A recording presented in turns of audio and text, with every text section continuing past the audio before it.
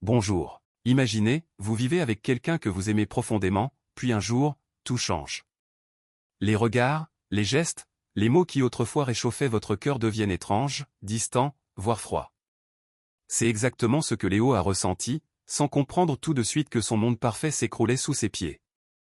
Léo avait rencontré Camille à un match de volley entre Lyon, où il faisait ses études, et Grenoble. Elle était là, dans les gradins, différente des autres. Pas de cris, pas d'enthousiasme exagéré, juste des rires légers et une attitude presque hautaine qui détonnait. Après leur victoire, il l'avait abordée à une soirée post-match. Contre toute attente, elle avait accepté de danser avec lui. Ce fut le début d'une passion intense et imprévisible. En un an, ils étaient inséparables. Camille venait tous les week-ends à Lyon, et leur relation s'était renforcée au point qu'elle avait emménagé chez lui. Mais c'est après avoir déménagé à Annecy, ville natale de Camille, que les premiers nuages avaient commencé à s'accumuler. Le déménagement avait été suggéré par Camille, promettant une vie plus paisible et un futur prometteur. Ses parents, Marc et Claudine, riches et influents, avaient même offert un petit chalet moderne près du lac comme cadeau. Mais Léo avait vite senti que tout n'était pas aussi parfait qu'il l'avait imaginé. Marc et Claudine ne cachaient pas leur condescendance envers lui, un développeur web sans les grandes ambitions qu'ils attendaient pour leur fille. Camille, elle, semblait changer. Les soirées tranquilles à deux furent remplacées par des heures supplémentaires au bureau ou des sorties imprévues avec des collègues dont Léo n'avait jamais entendu parler. Lorsqu'elle lui avait annoncé qu'elle sortait pour l'anniversaire d'un ami d'université, vêtue d'une robe noire qui semblait tout droit sortie d'un défilé de mode, un froid s'était installé. Avec qui, avait demandé Léo, essayant de cacher son inquiétude. Juste un ami, avait-elle répondu sèchement, avant de disparaître dans la nuit. Cette nuit-là, Léo était resté sur le canapé, un verre de vin à la main, les pensées s'enchaînant comme un torrent. Était-elle vraiment honnête? Ou se passait-il quelque chose de plus sombre? Les semaines suivantes, ses doutes s'étaient intensifiés. Camille sortait plus souvent, rentrant tard, parfois légèrement ivre, son maquillage effacé par la fatigue. Un vendredi soir, alors qu'elle descendait les escaliers dans une robe rouge éclatante, prête pour une nouvelle soirée, Léo n'avait pu s'empêcher de demander. « Encore une fête ?» Elle avait répondu avec un sourire moqueur, juste des copines, rien de bien méchant. Mais cette fois, Léo avait décidé de ne pas rester les bras croisés. Avec ses compétences en informatique, Léo savait comment creuser pour obtenir des réponses. Ce soir-là, il avait décidé de fouiller dans les données de la société de Marc, espérant trouver un indice. Ce qu'il avait découvert était bien pire que ce qu'il imaginait. Dans un enregistrement vidéo pris dans le bureau de Marc, il avait entendu des mots qui avaient glacé son sang. Camille finira par se débarrasser de lui, disait Claudine. Il ne correspond pas à son niveau. Marc avait hoché la tête, un sourire satisfait, c'est une question de temps. Avec Pierre, elle se rendra vite compte de ce qu'elle pourrait avoir. Léo avait fermé son ordinateur, son cœur battant à tout rompre. Qui était Pierre? Et surtout, comment Camille avait-elle pu lui faire ça? Cette nuit-là, Léo ne dormit pas. Les mots de Marc et Claudine résonnaient dans sa tête comme une mélodie sinistre. Pierre. Ce nom avait pris racine dans son esprit, et avec lui, des questions infinies, qui était-il? Était-il simplement un collègue ou bien, plus? Au matin, Léo était déterminé à ne plus ignorer les signaux. Pendant que Camille dormait, il avait discrètement fouillé dans son téléphone. Rien de flagrant. Pas de messages compromettants, pas de photos suspectes. Mais Léo savait que la vérité ne se trouvait pas toujours à la surface. Une semaine plus tard, Léo s'était résolu à franchir une étape qu'il n'aurait jamais envisagée auparavant, il suivit Camille.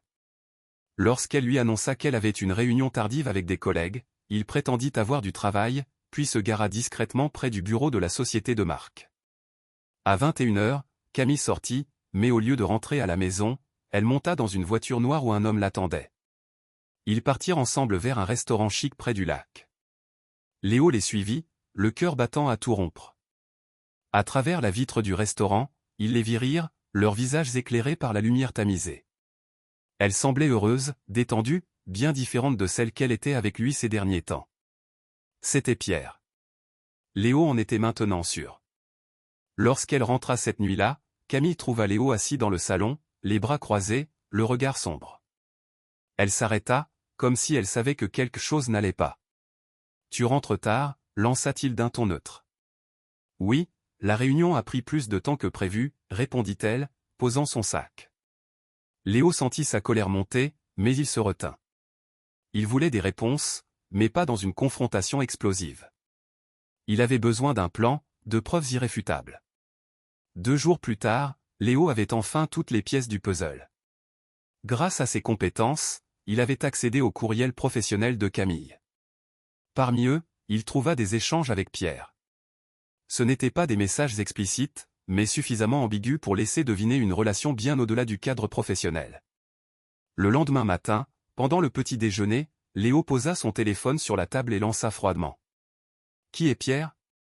Camille releva la tête, son visage passant de la surprise à une expression d'inquiétude. « Comment tu ? » « Ça n'a pas d'importance, Camille, » l'interrompit-il. « Ce qui compte, c'est que tu me dises la vérité.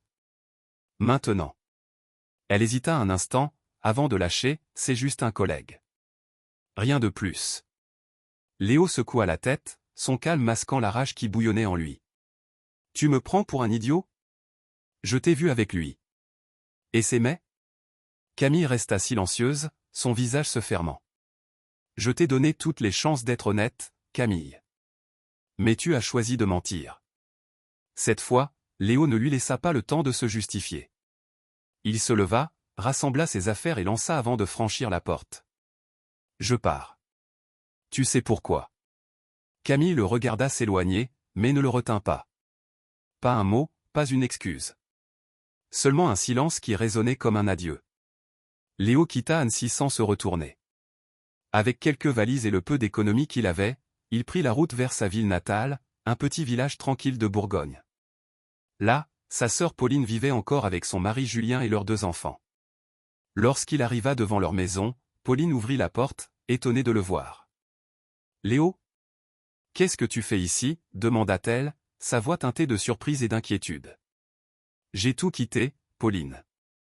J'avais besoin de partir. » Elle n'insista pas pour avoir des détails. Elle lui ouvrit ses bras, puis sa maison. Julien, toujours l'homme simple et accueillant qu'il était, lui offrit un verre de vin sans poser de questions. En Bourgogne, tout se règle autour d'un verre, plaisanta-t-il.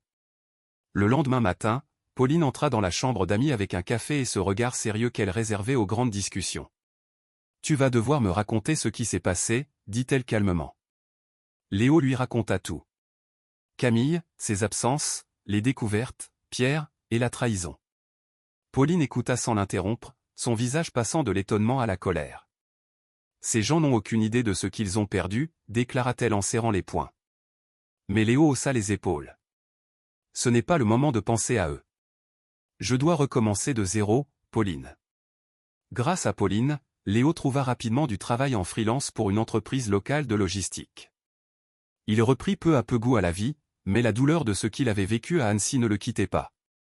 Les nuits étaient les plus dures. Seul dans son lit, il se surprenait encore à penser à Camille. Un jour, alors qu'il réparait la clôture dans le jardin, une voiture noire se gara devant la maison. Léo leva les yeux et vit Marc descendre, l'air nerveux.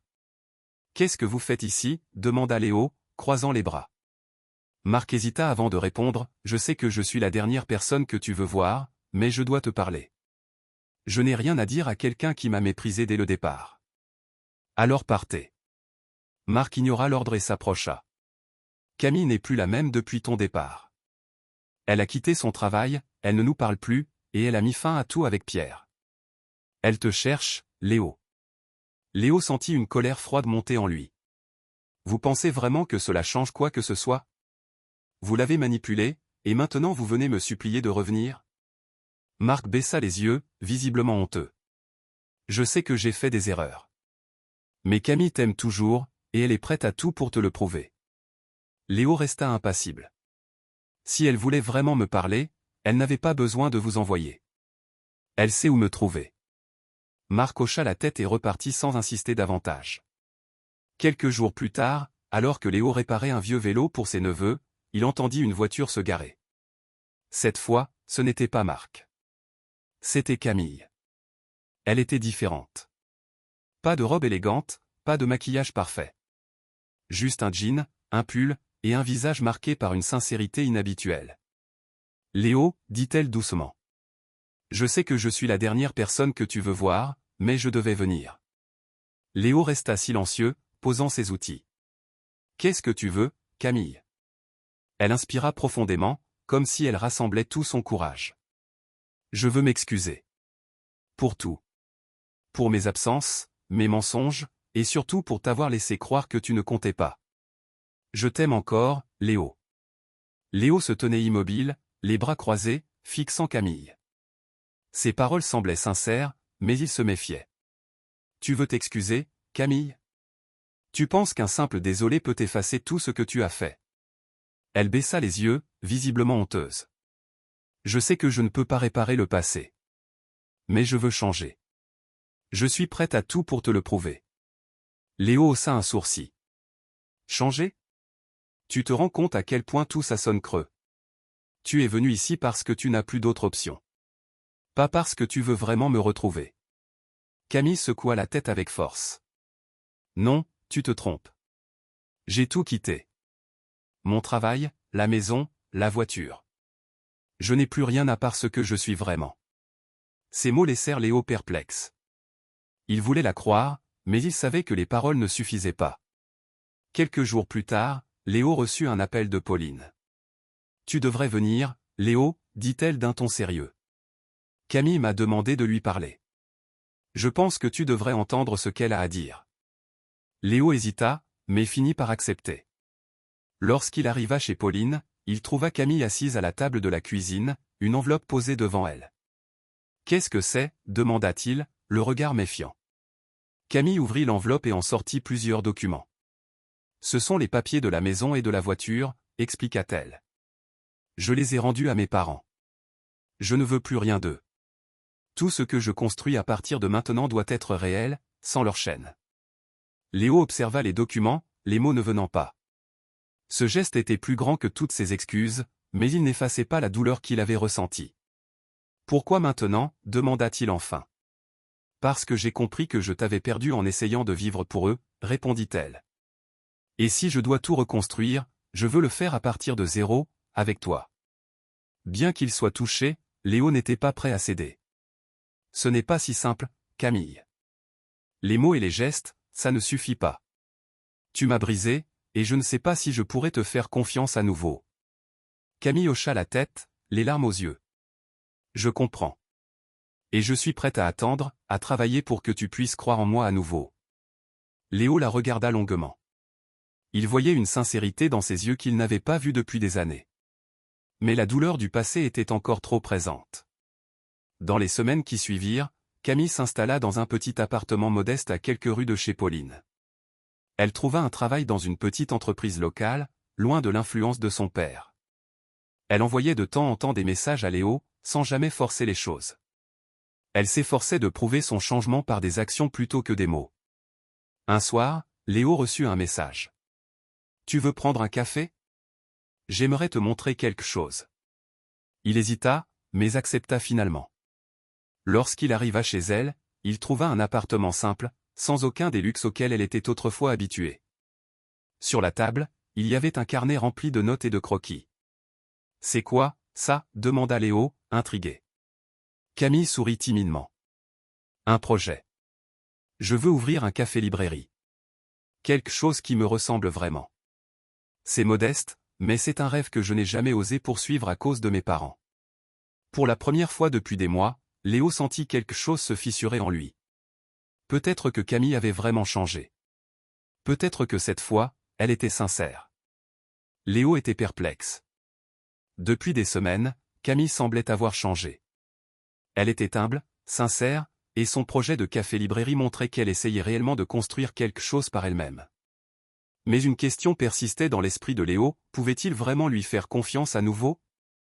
Un soir, alors que Léo réparait la vieille barrière du jardin de Pauline, Camille se présenta à nouveau. Elle n'avait pas prévenu. « Léo, je dois te parler. C'est important. » Il posa son marteau et la regarda, un sourcil levé. « Je t'écoute. » Elle inspira profondément. « Il y a quelque chose que je ne t'ai pas encore dit. Une partie de la raison pour laquelle j'ai été influencée par mes parents et par Pierre. » Elle hésita, comme si les mots refusaient de sortir. « Continue, insista Léo, les bras croisés. J'avais peur, avoua-t-elle enfin. Peur que tu réalises un jour que tu méritais mieux que moi. Alors, au lieu de m'accrocher à toi, j'ai laissé mes parents et leur jugement me convaincre que j'étais mieux sans toi. C'était plus facile de croire leurs mensonges que d'affronter mes propres insécurités. Léo resta silencieux, digérant ces mots. Et Pierre, demanda-t-il finalement, sa voix froide. Camille baissa les yeux. Ce n'était jamais sérieux. C'était un moyen d'échapper à ce que je ressentais. Mais il n'y a jamais eu d'amour. Seulement toi, Léo. Ça a toujours été toi. Après un long moment de silence, Léo répondit enfin. Camille, tu dis toutes les bonnes choses maintenant. Mais ce n'est pas suffisant. Si tu veux que je croie en nous, il va falloir que tu prouves que tu es vraiment prête à tout recommencer. Pas avec des excuses. Avec des actes. Camille releva la tête, déterminée. Dis-moi ce que je dois faire. Je ferai tout ce qu'il faut. Coupe définitivement les ponts avec tes parents, dit-il. Pas pour moi, mais pour toi. Tant qu'ils auront un contrôle sur ta vie, tu ne seras jamais libre. Camille hocha la tête. Je les ai déjà confrontés. Mais si tu veux que je prenne une mesure finale, je le ferai. Le lendemain, Camille convoqua ses parents dans un café du centre-ville. Léo ne l'accompagna pas, mais il attendit son retour avec une certaine appréhension. Lorsqu'elle revint, son expression était à la fois déterminée et triste. C'est fait, annonça-t-elle. Je leur ai dit que je ne voulais plus de leur aide, ni financière, ni émotionnelle. Ils étaient furieux, bien sûr, mais je me sens libéré. Pour la première fois, Léo sentit une lueur d'espoir. Camille semblait prête à affronter le monde sans le soutien toxique de ses parents. Quelques semaines plus tard, Camille invita Léo à l'inauguration de son café-librairie. Il accepta, curieux de voir jusqu'où elle était allée pour prouver son changement. Le lieu était modeste, mais chaleureux. Des étagères remplies de livres encadraient une petite salle où les clients pouvaient déguster des pâtisseries et des cafés artisanaux. Camille accueillait chaque visiteur avec un sourire sincère, un air de fierté mêlé à de l'humilité. Léo ne put s'empêcher d'être impressionné. Elle avait travaillé dur pour transformer sa vie. Alors qu'il s'apprêtait à partir, Camille l'interpella. « Merci d'être venu, Léo. Ça signifie beaucoup pour moi. » Il la regarda un instant, puis répondit doucement, « Tu m'impressionnes, Camille. » Mais ce n'est qu'un début. Léo passa des jours à réfléchir après l'inauguration. Camille avait changé, cela ne faisait aucun doute. Elle avait coupé les ponts avec ses parents, renoncé à son confort matériel et bâti quelque chose de nouveau par elle-même. Mais une question le hantait encore, pouvait-il lui pardonner? Et, au-delà du pardon, était-il capable de recommencer avec elle? Un soir, assis au bord du lac, Léo contempla son reflet dans l'eau. Il repensait à tout ce qu'ils avaient vécu, de leur moment de bonheur à la trahison. Il savait que la douleur de ces derniers mois ne disparaîtrait pas simplement parce que Camille avait fait des efforts. Pauline vint s'asseoir à côté de lui, silencieuse, avant de finalement briser le calme. Alors, demanda-t-elle doucement. Léo haussa les épaules. Je ne sais pas, Pauline. Elle a changé, mais une partie de moi a peur. Peur de souffrir à nouveau. Pauline posa une main sur son épaule. Léo, aucune relation n'est parfaite. Ce que tu dois te demander, c'est si elle vaut la peine de prendre ce risque. Quelques jours plus tard, Camille invita Léo à un dîner dans son café. Elle avait tout préparé, des bougies, un repas fait maison, une ambiance intime. Pourquoi tout ça, demanda-t-il en entrant, un sourire en coin. Camille haussa les épaules, légèrement nerveuse. Je voulais te remercier. Pour m'avoir donné l'opportunité de changer. Le dîner se déroula calmement, mais une tension persistait dans l'air. Après le dessert, Camille posa sa fourchette et fixa Léo. Je dois te poser une question, dit-elle. Léo posa son verre et attendit. Crois-tu qu'on ait encore une chance? Léo prit une profonde inspiration. Il avait évité cette question pendant des semaines, mais il savait qu'il ne pouvait plus fuir. Camille, dit-il enfin, tu as prouvé que tu étais prête à changer. Et je vois que tu es sincère. Mais ce n'est pas toi qui bloque tout. C'est moi. Elle fronça les sourcils, confuse. Toi. Il hocha la tête. J'ai peur. Peur de te faire confiance et de tout perdre à nouveau. Mais, je suis fatigué de laisser cette peur décider pour moi. Il se leva et s'approcha d'elle. Alors, je veux essayer. Pas pour ce qu'on avait avant, mais pour ce qu'on pourrait construire maintenant. Camille resta bouche bée un instant, puis un sourire timide illumina son visage. Merci, Léo. Je ne te décevrai pas. Les mois qui suivirent furent loin d'être parfaits. Léo et Camille prirent leur temps pour reconstruire leur relation. Ils ne s'installèrent pas immédiatement ensemble, préférant avancer doucement. Camille continua à gérer son café avec passion, tandis que Léo trouva un poste stable dans une entreprise locale. Ils se voyaient régulièrement, apprenant à se connaître à nouveau, sans pression, sans mensonge. Un soir, alors qu'ils marchaient au bord du lac, Camille prit la main de Léo. « Tu sais, tout cela me fait penser à une citation que j'ai lue récemment, dit-elle. »« Et c'était quoi ?» demanda Léo, curieux. Elle sourit. « L'amour n'est pas parfait. C'est deux personnes qui refusent d'abandonner l'une l'autre. » Léo se tourna vers elle, un sourire sincère sur les lèvres. « Alors, essayons de ne pas abandonner. » Ce soir-là, sous le ciel étoilé de Bourgogne, ils décidèrent de recommencer, avec toutes les cicatrices, mais aussi avec une nouvelle force. Au revoir.